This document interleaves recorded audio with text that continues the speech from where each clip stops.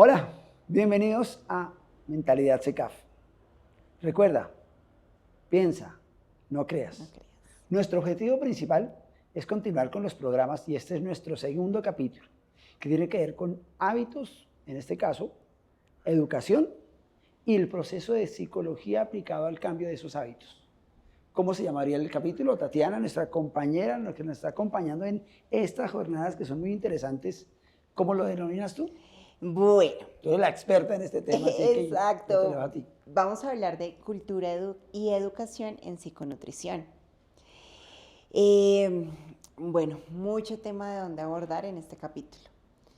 Primero que todo, quisiera abordar como la percepción que tenemos muchísimas veces sobre las cosas.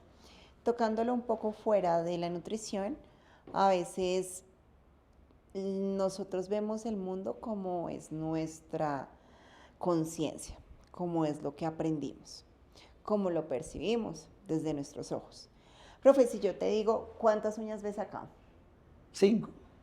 Yo digo que 0. ¿Por qué? Porque realmente hay 0. Así sucede todo en nuestra vida. Todo es cuestión de percepción. Y como sucede todo en nuestra vida frente a la percepción, también sucede frente a la alimentación. Es muy común que a mí me guste un alimento y a otra persona no le guste ese mismo alimento, a pesar que para mí sea tan palatable. Y eso precisamente viene desde la relación con la comida que obtenemos desde que estamos chiquiticos. Profe, ¿a ti qué te gustaba qué te dieron tus papás cuando estabas de niño que hoy en día no le has podido perder el gusto y que tú digas, fue pucha, quiero cambiar? Que quiera cambiarlo o no, que me lo dieron desde niño y que me encante, que no lo puedo quitar y que es parte de mis hábitos de alimentación, siempre el pan. Yo El soy pan. panadero. Sé que el pan no es que sea malo y aquí hay que quitar el turrito de que es malo. No, como todo lo malo es el exceso. Si yo como de vez en cuando un pan no hay, pero si me estoy comiendo un pan de 5.000 todos los días, ese es el problema, creo La yo. mogolla navideña. Sí, Sí. total.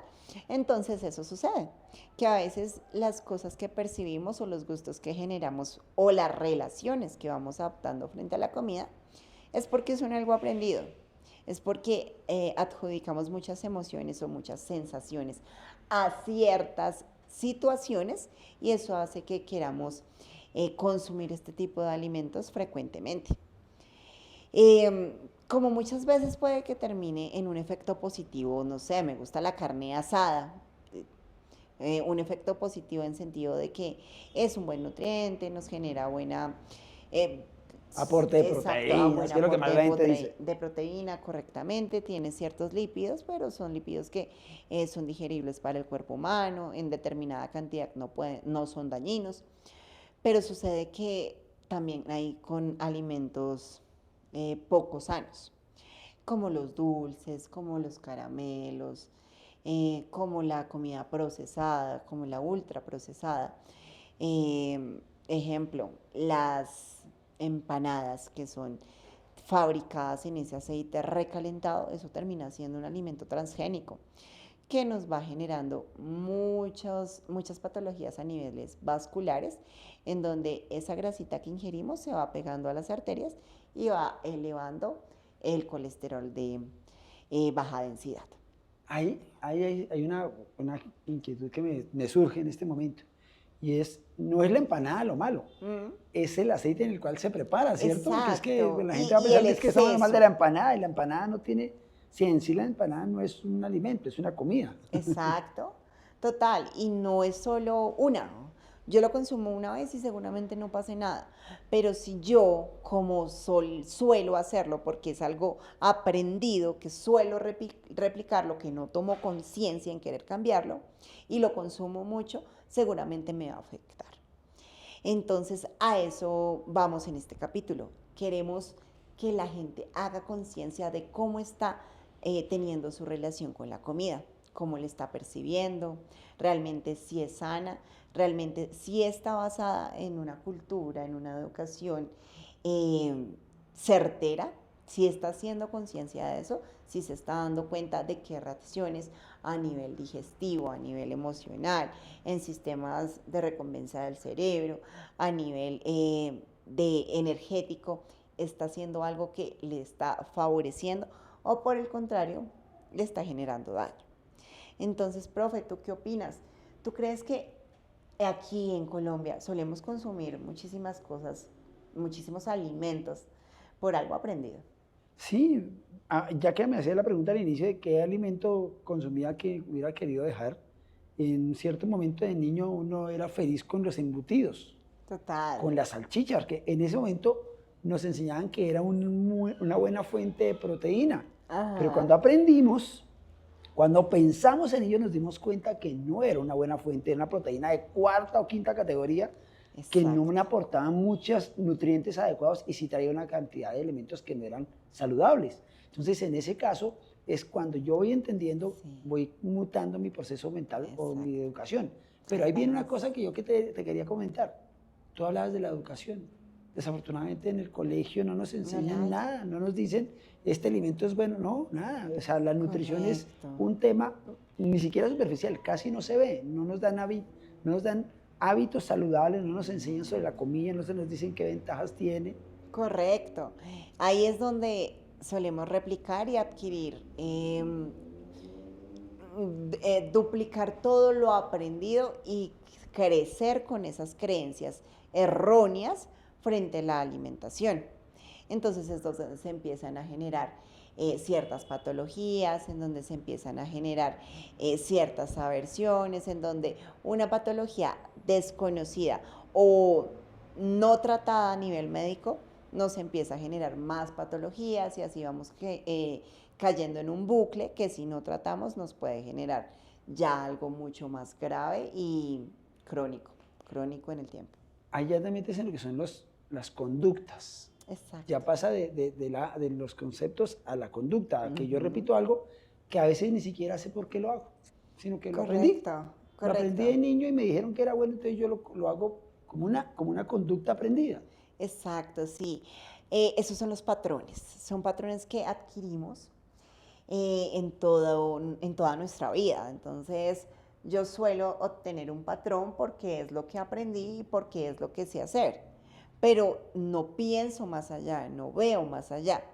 Si yo suelo almorzar con 4 carbohidratos, no sé, que suele pasar muchísimo en las familias colombianas, sobre todo de clima cálido, en donde ingerimos que la yuca, que la papa, que el arroz, que el plátano y la proteína.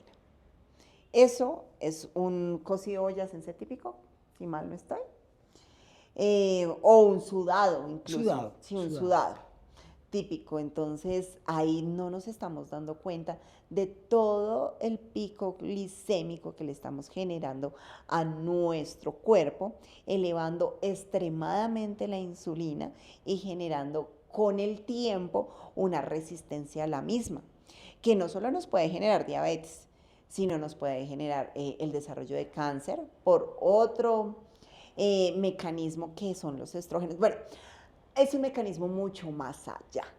Pero entonces lo que queremos hacer conciencia es que debemos aprender, no nos debemos dejar guiar por algo que creímos que estaba correcto y realmente no. Miren, nuestros padres, nuestros seres queridos fueron personas que también, como nosotros, aprendieron de otros.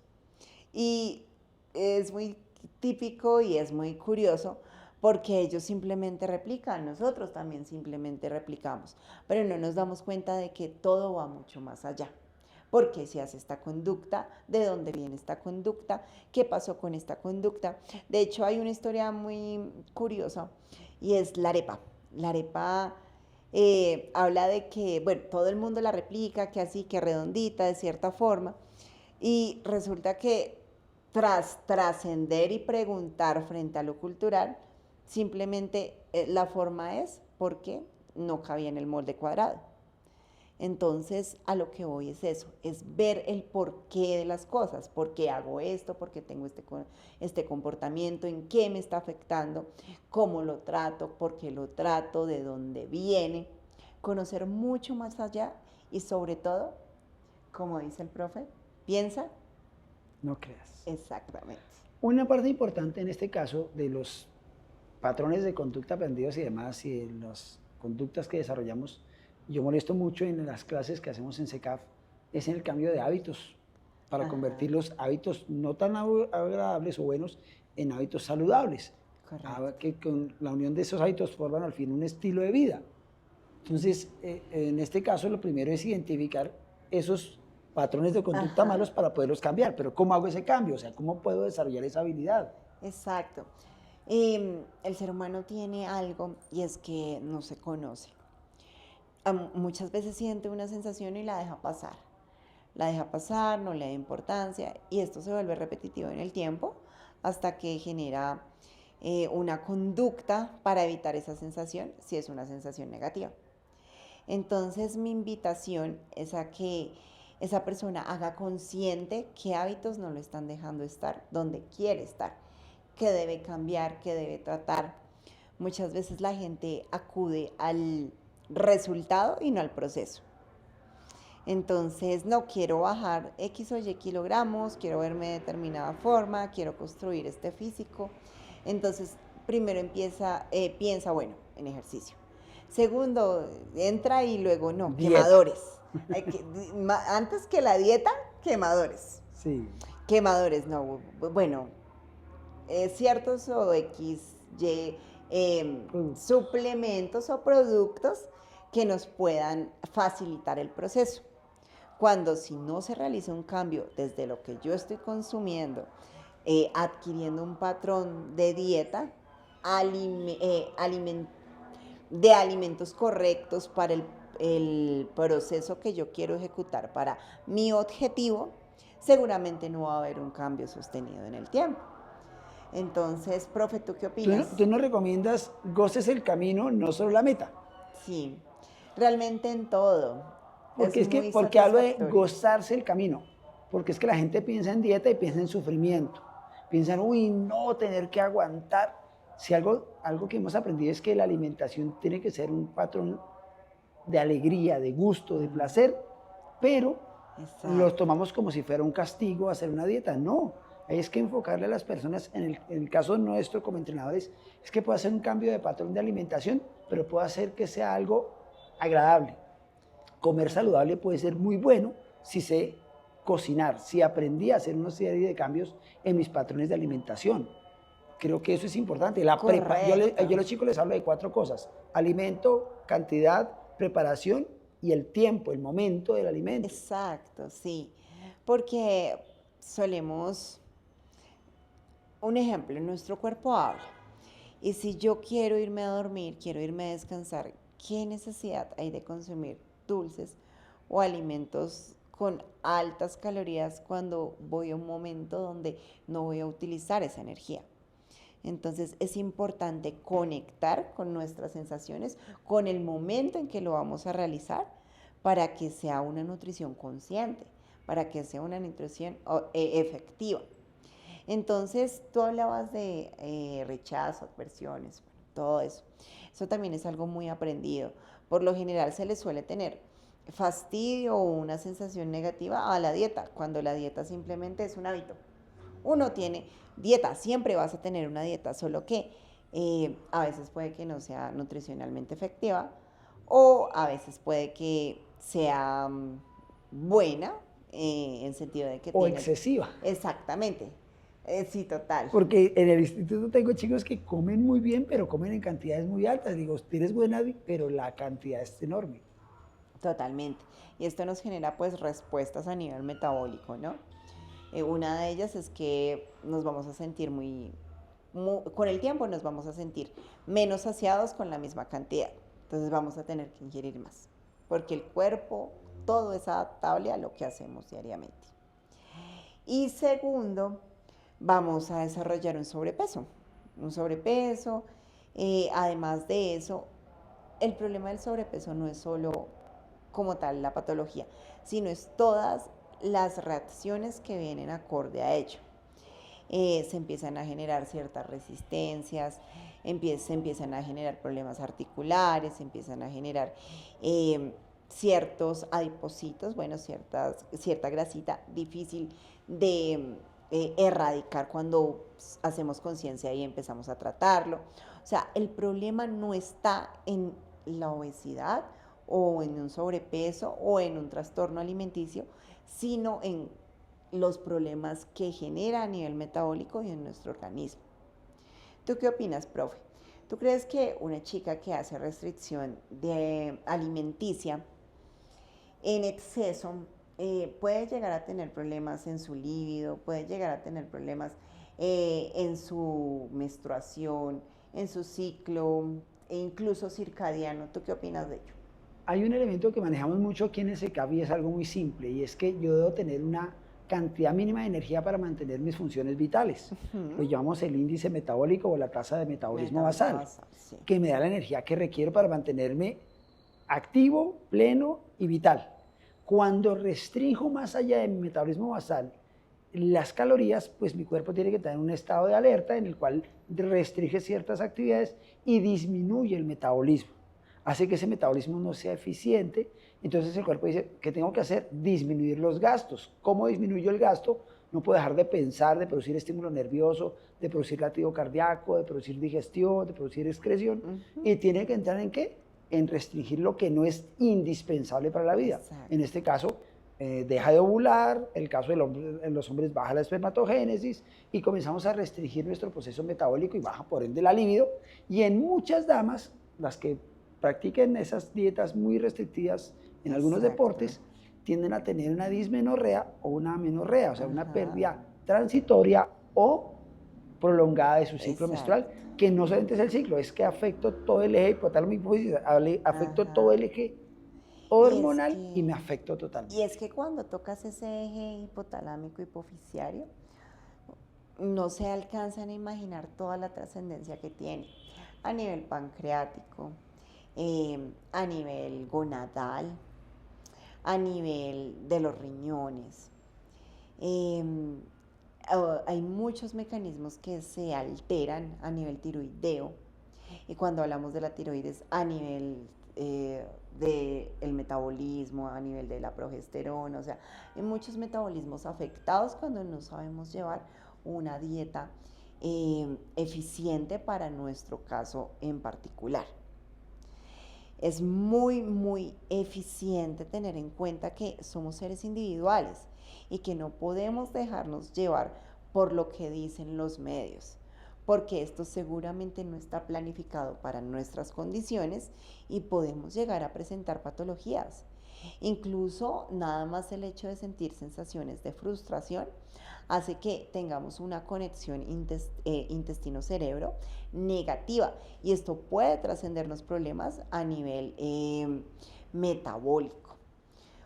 Uno puede efectuar pocas hormonas que generan sensaciones de agrado para nuestro cerebro, como son el triptófano, la melatonina y la serotonina. Si yo practico ejercicio a diario y no me veo como mi estereotipo físico, exactamente ideal, obviamente voy a promover menos serotonina, y esta hormona hace que no logremos sentir convicción frente a este tipo de práctica. Pero entonces, ¿qué debemos tratar para poderlo hacer efectivo?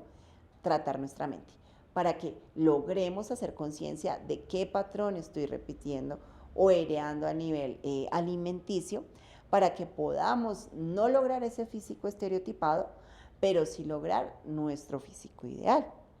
Entonces es una conexión tan grande que hay entre nuestros organismos, entre nuestro día a día, que debemos saber estimar y que debemos tratar y conocer para que logremos lo que tanto deseamos. ¿Tú qué opinas, profe? Y ahí nos conectamos con la sesión anterior en la cual estábamos hablando de ese factor genético y demás, que creo que se conecta perfectamente con esto. Vamos a darnos cuenta que a medida que vamos avanzando, encontraremos que hay conexión entre todo.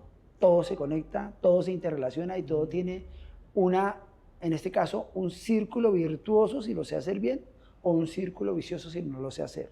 Entonces, nuestra tarea con estos podcasts y con esta serie de programas es que ustedes, como les digo siempre, piensa, no creas. Correcto, y es que nada más el hecho de que digas piensa tiene una connotación grandísima, porque nuestro sistema nervioso es el que se encarga de emitir impulsos para todo, para estimular nuestro sistema endocrino, para estimular los movimientos periféricos que realizamos.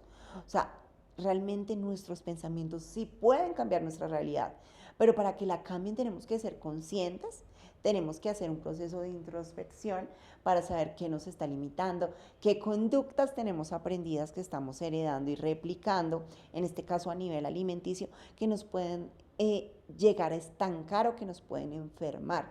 Es posible cambiar, es posible trascender lo que creemos que está ya modificado para nosotros. Realmente no, lo podemos tratar. Es solo hacer efectivo realmente un proceso de introspección. La idea era esa. Creo que esperamos que ustedes hayan encontrado respuestas en nuestras aseveraciones y en lo que estamos queriendo compartir. Te agradezco, Tatiana, por este segundo capítulo. Es un gusto para mí estar acá contigo y con ustedes. Es un placer. Nos estaremos viendo en el siguiente capítulo. Vamos para el tercer capítulo y esperamos que sea muy atractivo y que ustedes nos sigan en nuestras redes sociales y a través de la plataforma de SECAF Academia Fitness. Nuestras redes sociales se encuentran acá para que podamos interactuar con ustedes y lo que más nos place, ayudarlos. Perfecto. Recuerda, piensa, no creas. No creas. Nos vemos en el próximo capítulo. Que estén muy bien.